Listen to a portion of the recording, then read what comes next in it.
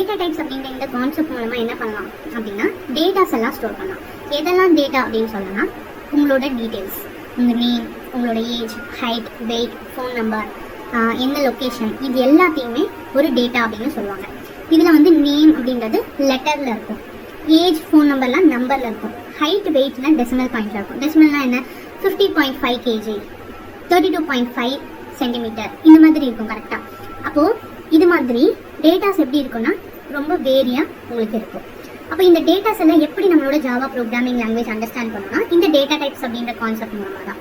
அப்போ இந்த data types அப்படின்றது என்ன அப்படின்னா டைப் ஆஃப் டேட்டா. நம்மளோட டேட்டாஸ் எல்லாமே எப்படி இருக்கும்? டிஃப்ரெண்ட் டைப்ஸில் இருக்கும். அண்ட் அதுக்குன்னு சில ரேஞ்ச் ஆஃப் வேல்யூஸும் இருக்கும் கரெக்டாக. இப்போ இதில் என்னென்ன டேட்டாலாம் டேட்டா டைப்ஸ் இருக்குது ஜாவாவில் அப்படின்னு பார்த்தீங்கன்னா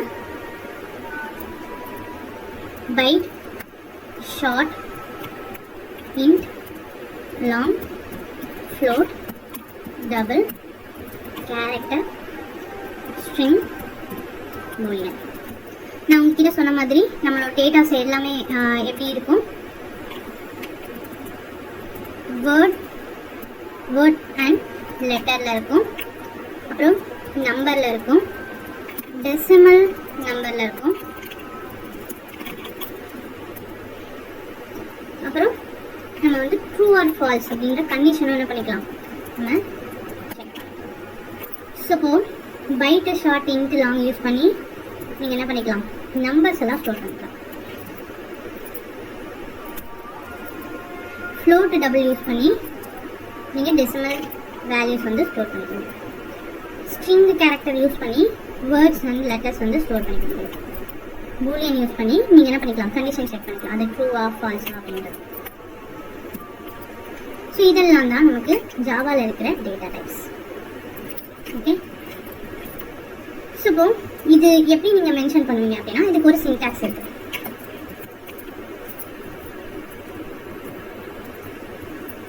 data type variable name equal to value. வேல்யூன்ற இடத்துல உங்களோட டேட்டாவோட வேல்யூ கொடுத்துருவீங்க.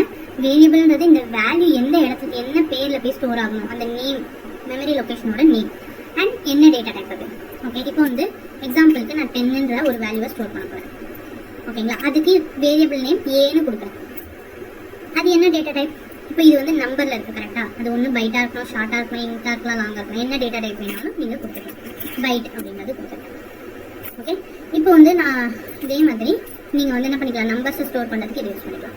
அண்ட் ஒரே ஒரு லெட்டர் தான் நான் ஸ்டோர் பண்ண போகிறேன் அப்படின்னு வச்சுக்கோங்க. அப்போ ஒரு லெட்டர் ஸ்டோர் பண்ணுறதுக்கு இந்த சிங்கிள் கோட்ஸ்குள்ள சிங்கிள் கேரக்டர் கொடுத்து நீங்கள் கேர் என்ற டேட்டா டைப் யூஸ் பண்ணிக்கலாம். Which means care